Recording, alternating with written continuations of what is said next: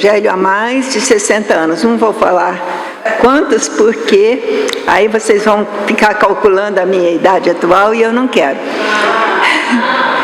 Mas, desde que eu aceitei o Evangelho, a primeira coisa que eu aprendi lendo na Bíblia foi João 3,16 e a história da criação. Como muitas vezes eu tive que pagar incêndio no departamento infantil, sempre muitas crianças, e eu acho que nenhuma criança que esteve me ouvindo desde muitos anos atrás não ouviu esta história. E no princípio só era escuridão, trevas, nem barulho, nem nada, e Deus viu que podia fazer alguma coisa e falou, haja luz, né? E aí eu entrava na história da criação, e eu acho que todo cristão realmente tem que partir dessa premissa que Deus é o Criador, é o sustentador do universo e da minha vida. É bem verdade que na época eu só sabia da palavra Deus. Hoje a gente sabe que tem Elohim, Yahvé, Jeová, não sei mais o que eu ainda não aprendi, mas vários nomes Deus tem. Mas a grande verdade é que Elohim é igual a Deus em hebraico, aramaico e árabe. 3 povos de origem primitiva da época de Abraão.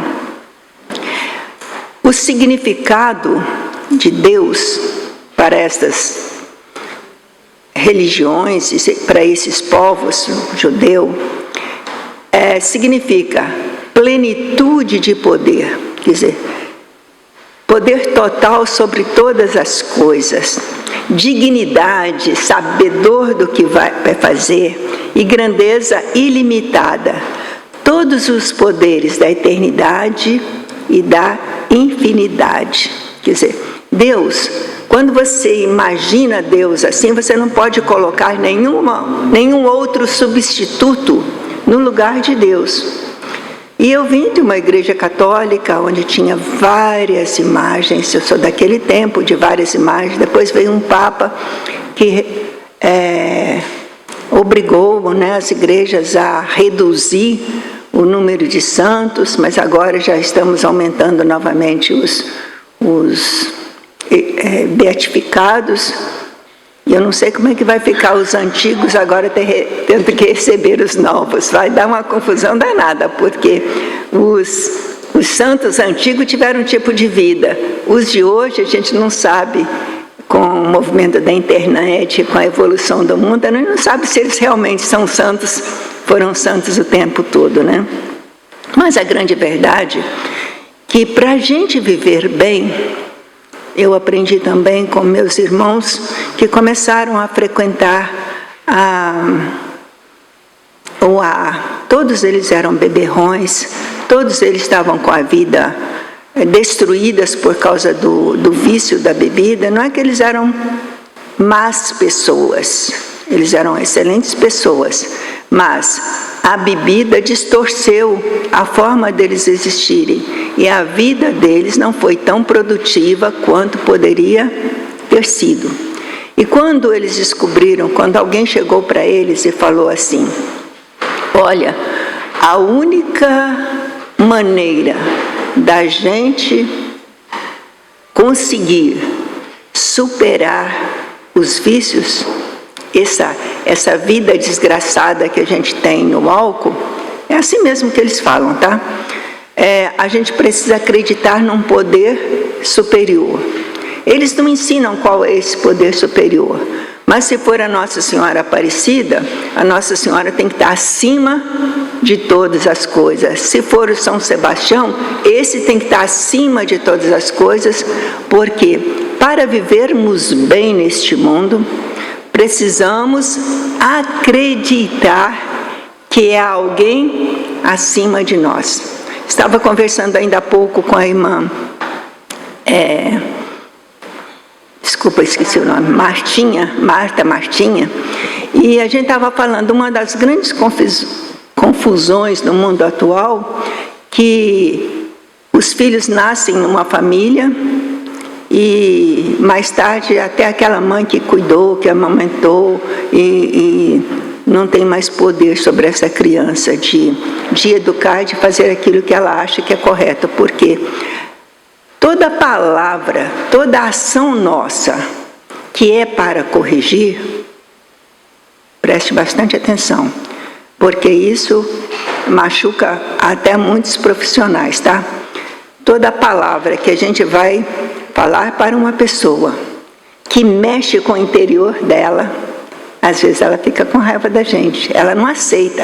Às vezes está pagando a consulta, mas na hora que ela ouve aquela palavra que choca com as vontades interiores dela, ela não gosta e foge, e fica com raiva, fala mal, e a gente fica sem saber por quê, se a nossa palavra era tão bem intencionada.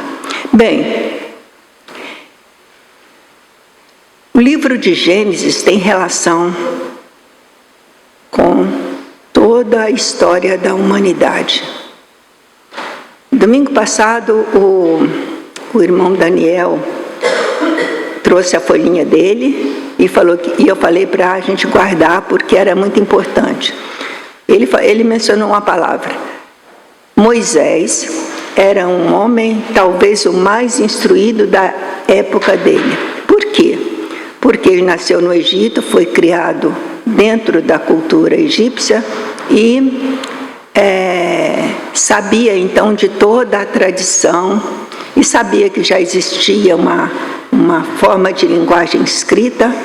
Escreveu para nós, e nós temos um livro que foi escrito, que é o nosso livro, a Bíblia, 1443 anos atrás, no ano 1443 antes de Cristo. Isso aí, ele tentou sintetizar todo o conhecimento dele, escrevendo Gênesis, depois Êxodo, Levítico, Deuteronômio e Números, fez o Pentateuco. Então, a gente que lê simplesmente a Bíblia, a gente tem uma interpretação.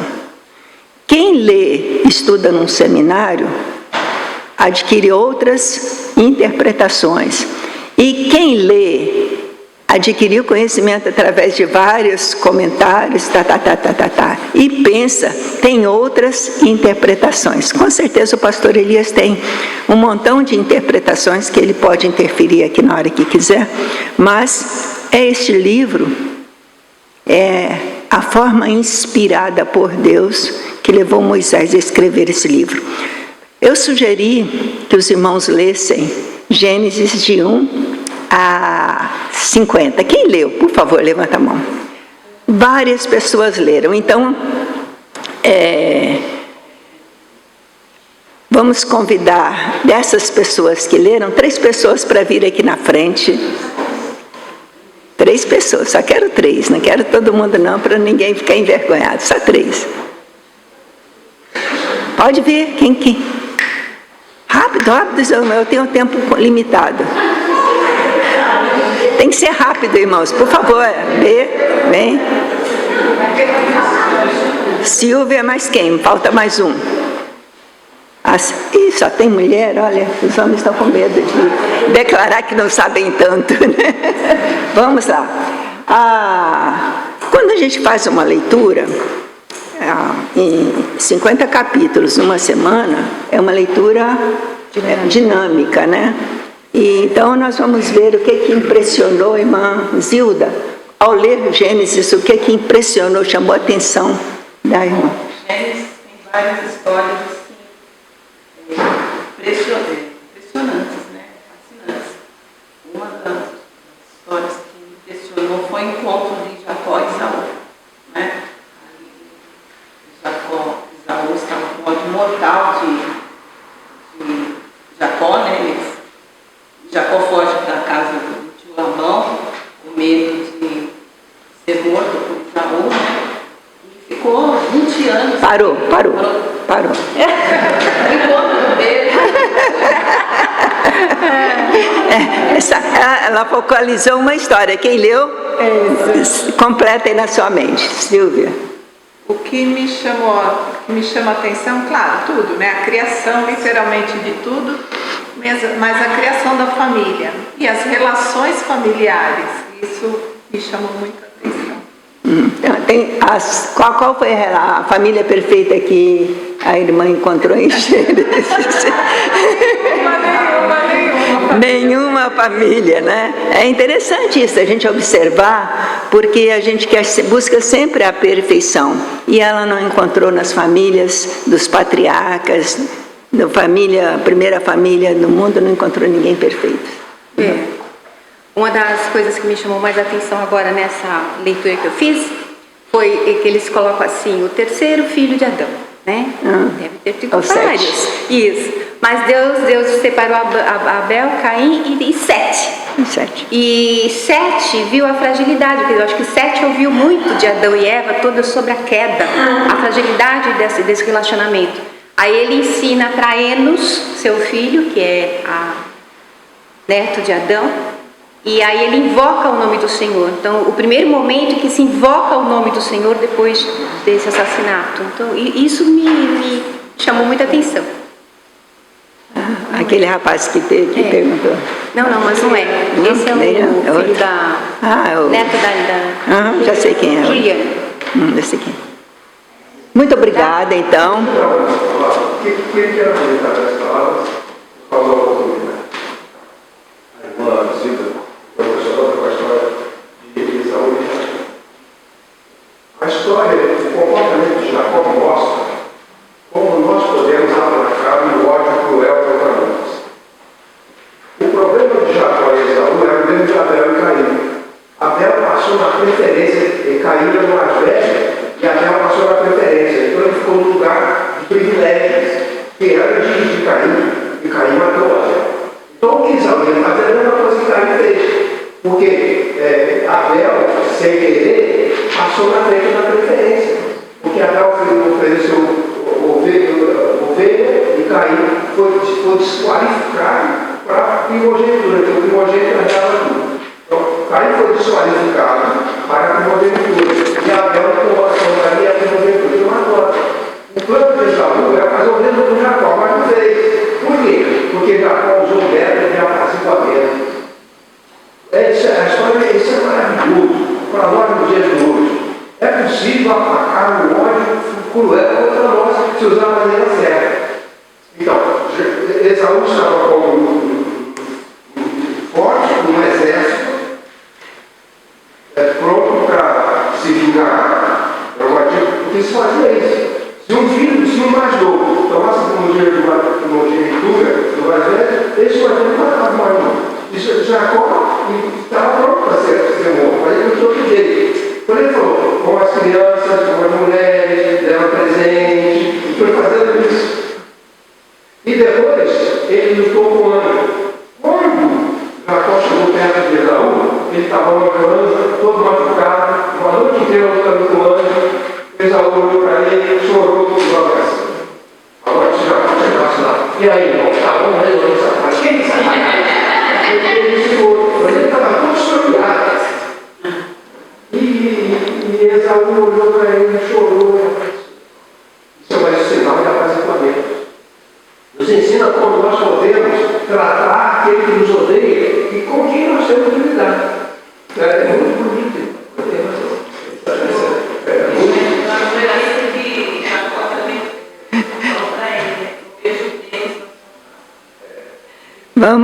Vamos retornar ao Gênesis aqui, senão a gente fica contando as histórias e aí não chego lá. Na primeira folhinha dos irmãos, eu acho que está a base da nossa fé. É um Gênesis 1 que a gente precisa tomar propriedade dele para o nosso dia a dia. Eu vou ler. No princípio criou Deus os céus e a terra. Criou, pois, Deus o homem à sua imagem. A imagem de Deus o criou. Homem e mulher os criou. Então Deus os abençoou e lhes disse: frutificai e multiplicai-vos, enchei a terra e sujeitai-a, dominai sobre os peixes do mar, sobre as aves do céu e sobre todos os animais que se arrastam sobre a terra. E viu Deus tudo quanto fizera, e eis que era muito bom. Então, se nós tomarmos domínio desse princípio aqui, desses versículos, nós podemos nos tornar, vocês jovens podem se tornar excelentes políticos, excelentes administradores de empresas, excelentes administradores de família, porque no final, e viu Deus tudo quanto fizera, e eis que era muito bom. Então, o crescimento pessoal nosso está em vencermos as nossas mazelas, nossos sentimentos de inferioridade e tudo mais. Quando, na minha época de jovem, havia uma dificuldade muito grande mesmo, que os jovens hoje não pensam mais nisso, mas era sobre o ir para a faculdade e perder a sua fé. Porque na faculdade se ensinava a teoria da evolução, teoria do surgimento do universo, ia trazer confusões para o crente, então o jovem não podia ir para esse lado. Então nós vamos chamar um jovem que é muito estudioso nesse aspecto aí, é André Coutinho de Macedo. Ele vai trazer para nós algumas lições preciosas, por favor.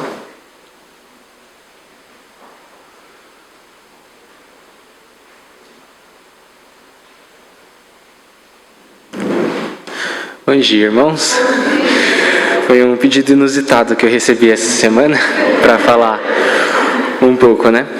Basicamente o que minha avó me pediu foi para comparar um pouco, né, as teorias da evolução, do Big Bang, com as teorias criacionistas, que é a interpretação literal do que a gente vê na Bíblia. Eu trouxe aqui uma Bíblia que ela é um pouquinho diferenciada, porque quando a gente fala assim, palavras introdutórias, eu gosto muito de usar esse tipo de material aqui. Que essa aqui é uma Bíblia com histórias em quadrinhos. Ela foi me dada pelo pastor Geásio alguns anos atrás, entregada pelo Geazinho, né? E aí, como ela é uma palavra rápida, né, eu vou ler como que a criação tá dita nela, né? Aí tá bem simplificado. O que está na Bíblia em 20 páginas, aqui está em 2. Então aqui, no princípio não havia nada a não ser Deus. O Espírito de Deus se movia através do vazio. O Criador então falou, que haja luz. Dia 2. Deus então fez separação entre as águas, de modo que surgiram os oceanos embaixo e as nuvens em cima. O Criador chamou as águas de mares e o firmamento de céus. Dia 3. O Criador fez surgir enormes espaços secos, que chamou de terras. Sobre ela fez surgir grande variedade de plantas. Havia árvores, flores e grama. Então, para que a vida vegetal pudesse se reproduzir, fez as sementes.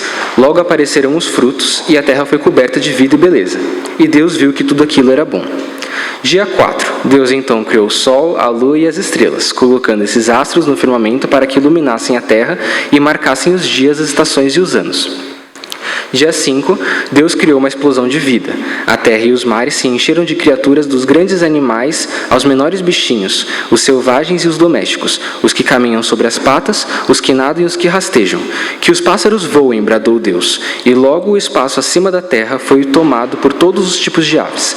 Frutifiquem e ocupem a terra, ordenou Deus, enquanto abençoava os seres vivos da terra, do mar e do céu. E Deus viu que isso era bom. Dia 6, então Deus resolveu criar o primeiro homem, chamado Adão, e Eva, a primeira mulher. Eles eram os mais importantes seres de toda a criação, porque o Senhor os fez à sua própria imagem. Diferentemente dos animais, eles tinham almas que viveriam para sempre. Junto com o homem e a mulher, Deus fez planos para que os seres humanos governassem e vivessem em harmonia com todas as coisas vivas sobre a terra. E Deus olhou para tudo o que havia feito e viu que era bom. Quando a irmã Iracema falou que há conflitos em relação à Bíblia e à ciência, é porque quando a gente pega a história da criação e a gente tenta ver ela pela perspectiva universal ou divina, a gente encontra desavenças em relação à criação do universo. Então, por exemplo, pela interpretação literal, a gente entende que as plantas vieram antes do Sol. E hoje a gente sabe que as plantas, para elas crescerem, elas precisam do Sol. E a origem de tudo, né, o que haja luz, que alguns teóricos podem entender como Big Bang, foi a explosão, né, que ela ocorreu há, deixa eu ver aqui, 13,7 bilhões de anos atrás. Bilhões. 13,7 bilhões de anos atrás, e o Stephen Hawking ele fala que a distância entre as galáxias vizinhas elas eram zero. Então hoje a gente vê o universo, as estrelas, as galáxias, elas estão cada vez mais se expandindo, se afastando umas das outras. A teoria, assim, resumidamente, é que se elas estão se afastando, elas tinham que estar comprimidas antes. A teoria diz que elas estavam comprimidas num ponto menor que uma cabeça de agulha.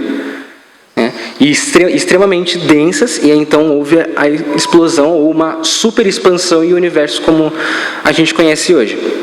E a evolução, ela é um pouco mais complicada de explicar, mas ela praticamente começou, os seres vivos começaram na água, a desenvoltura deles foi ficando cada vez mais endurecida, e eles foram caminhando para a terra, desenvolveram asas, escamas e por aí vai. E tem os dinossauros, toda aquela história que a gente às vezes ouve até em filmes de criança. Para facilitar um pouco a explicação da evolução, eu vou deixar disponível no YouTube da nossa igreja, na descrição, um vídeo, que ele é um vídeo gráfico sobre a evolução. Ele mostra com uma animação como que acontece, e tem um texto traduzido também, aí vai ser mais fácil de entender. Mas o comparativo da teoria criacionista com a teoria evolucionista, o que pelo menos eu entendo é que a criação de Deus, como ele nos fala, ela não deve ser vista literalmente, porque ela não tem a perspectiva divina e nem a perspectiva universal. Ela tem a perspectiva humana. A criação de Deus, ela foi escrita para os humanos, né? Eu fiquei pensando, né, com uma maneira de entender por que Deus não falou pra gente, então, como que foi realmente feito, né? Por que Deus não explicou na Bíblia o Big Bang? Aí eu fiquei lembrando, então, vamos pegar um exemplo, quando nós somos pais, nós não, né? Eu não, mas algumas pessoas são pais, né? Tem crianças ou filhos, e aí a criança de vamos supor aqui, uns 5 anos de idade chega e pergunta: mamãe, papai, como foi que eu nasci? Aí sempre é uma dificuldade, né? Você responder para a criança como é que ela nasceu. Tem várias coisas, mas assim, o que eu deixo no ar a pergunta, né? Seria uma decisão inteligente uma criança de 5 anos perguntar para a gente como que ela nasceu? E a gente explicava assim: então, filho, tem cromossomo X, tem cromossomo Y, você foi formado em embrião, cresceu dentro da barriga da sua mãe e depois de 9 meses de carência alimentar você nasceu. Não seria uma decisão muito esperta, né, explicar isso para a criança. Tem maneiras e tem momentos corretos para você explicar para uma criança a devida maneira como ela nasceu. O que eu interpreto é que Deus deu essa explicação para o ser humano, porque a explicação do universo como ele é de verdade é inconcebível. O que Deus fez então foi praticamente listar para a gente alguns dos fatores mais importantes que a gente tem. A luz, as plantas, os animais, tudo isso é importante para nós, os humanos. Mas não é o ponto de vista dele, não é o ponto de vista universal. Então, agora, só para encerrar a minha palavra, é a palavra que o meu avô me disse uma vez, né? Que Deus mostrou para a gente que ele criou o universo, mas ele não mostrou para a gente o método. Não mostrou para a gente como. E a ciência está aqui para isso. A ciência, as teorias do Big Bang, as teorias da evolução, elas estão aqui para a gente entender qual foi o método que Deus utilizou para criar o homem, para criar. Porque na Bíblia a gente tem essa versão mais resumida, mas essa versão para criança, né? Hoje a gente tem aqui no ano de 2023, a gente já é grandinho já. A gente não precisa ouvir de Deus que a gente veio da cegonha. A gente consegue entender como que a gente veio para cá. É isso. Eu gostei muito dessa ideia de que a Bíblia é uma versão para criança, né? E Jesus falou: aquele que não se fizer como uma criança não vai compreender. É bonito, né? Que coisa linda. É meu neto, tá? Mas é muito interessante porque, às vezes, nós, na nossa ingenuidade de seres humanos, eu fico me imaginando, né?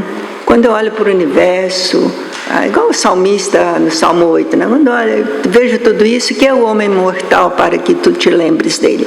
Eu me imaginei, teve um tempo, né? Às vezes, hoje mesmo eu estava pensando, eu sou aquela formiguinha pequenininha dentro do universo que estava fazendo o maior esforço para carregar um pedacinho, uma moléculazinha de açúcar lá para o seu abrigo. E tropeça aqui, tropeça ali, pega e volta. Vocês já pararam para ver uma formiguinha realizando o seu trabalho, catando uma folhinha, catando um alimento para o seu, como é que chama, formigueiro?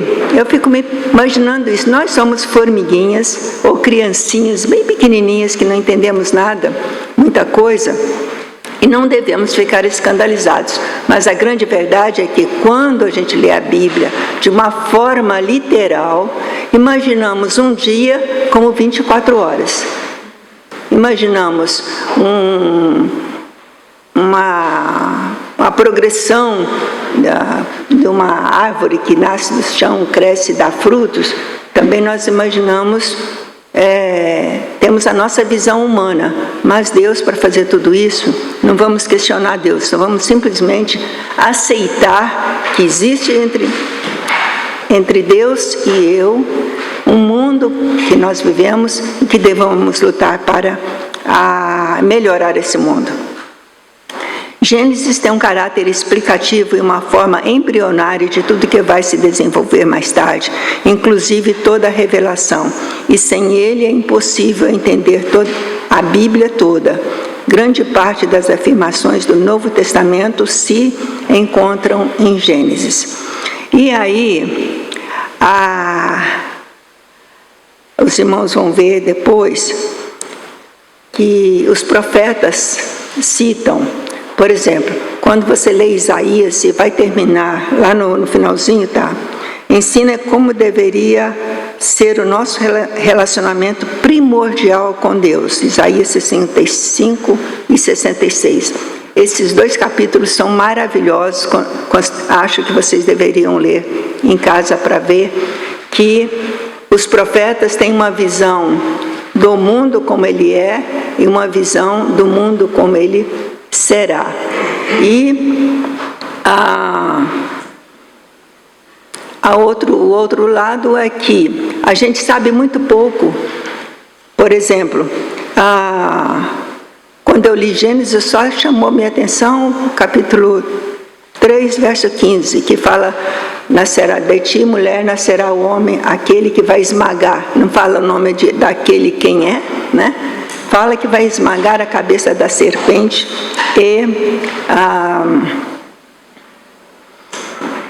e essa pessoa é interpretada pelos profetas e por nós como Jesus. Aí tem uma estrutura do livro de Gênesis. Gênesis fala dessa criação do universo e Apocalipse fala do novo mundo. E aí o autor da nossa lição, que a gente segue um pensamento de um teórico,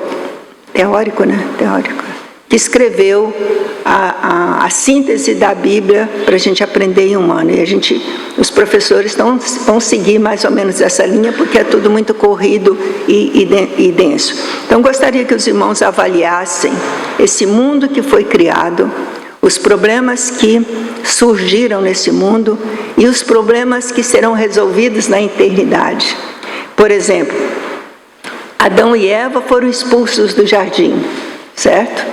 Mas no céu nós não e essa expulsão deve ter trazido muita dor, muito trabalho, nascimento com dores e não nascimentos, e aquela coisa toda que a gente vive nos problemas do mundo de hoje. Mas no Apocalipse, o novo mundo é uma grande festa, né?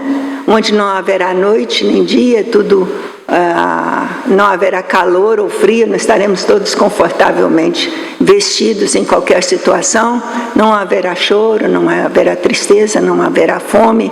A gente vive todos esses problemas que nós temos no mundo como consequência do erro de Adão e de Eva. Agora, então, uma das maneiras de nós vermos o homem Adão, não como aquele Adão lá do princípio, mas o Adão que está dentro de mim e está dentro de você. Nós enfrentamos os mesmos problemas que Adão enfrentava. A irmã mencionou o problema do conflito das famílias. O primeiro grande conflito é que A mulher foi criada para quê?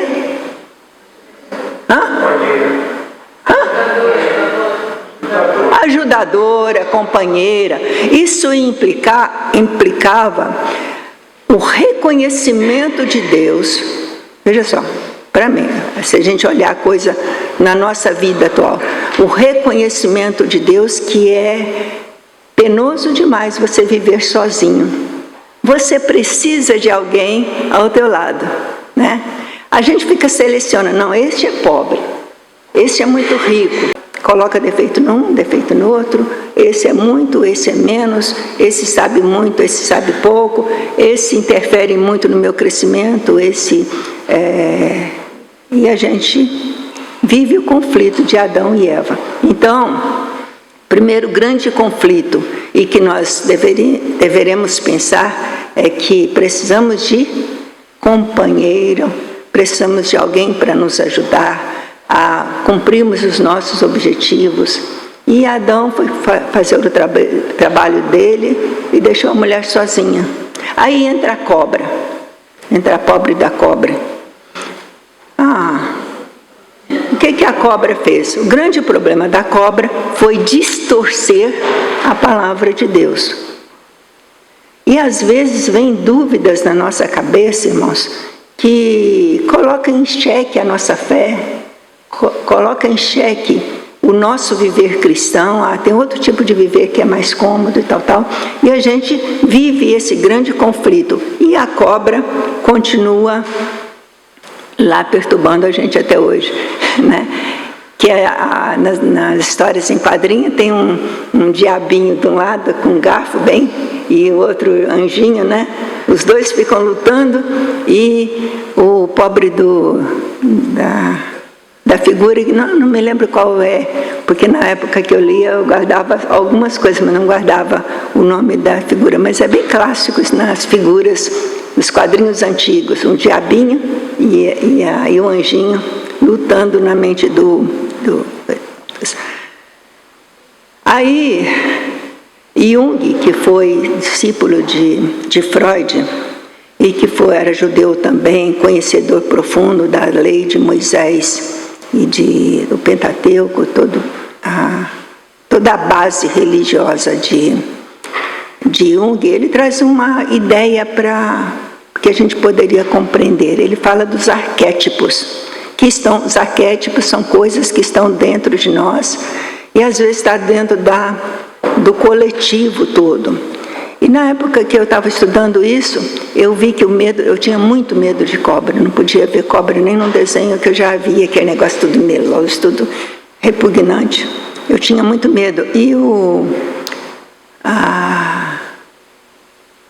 dos meus professores disse que isso era um arquétipo, que não era questão do pessoal, mas em várias sociedades as pessoas têm medo de cobra, porque essa história da serpente enganando o homem, ela existe em vários povos.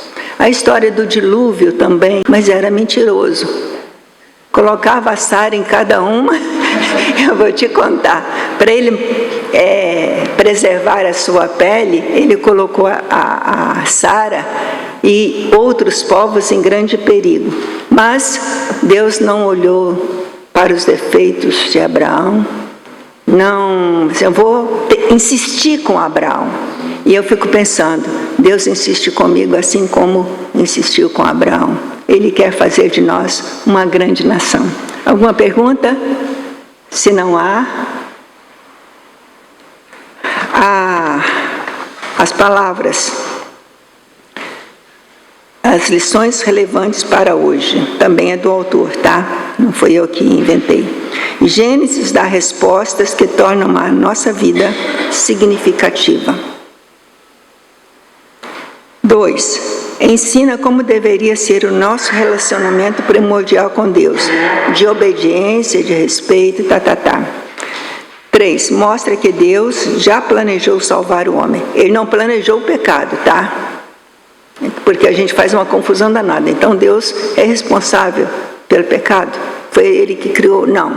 Ele criou, o pecado surgiu por causa da nossa ganância de ser tão importante quanto ele. E quando ele percebeu isso, ele falou assim: o único jeito que eu tenho de salvar esse povo é mandar o meu filho para ele morrer na cruz, derramar o sangue, mostrar ao homem que ele precisa aceitar um novo estilo de vida. Preste bastante atenção. Jesus vem na nossa vida para nos mostrar, neste mundo confuso, um novo estilo de vida, que muitas vezes não agrada ao nosso parceiro, não agrada às pessoas que estão ao nosso redor, mas ele tem projetos para nós.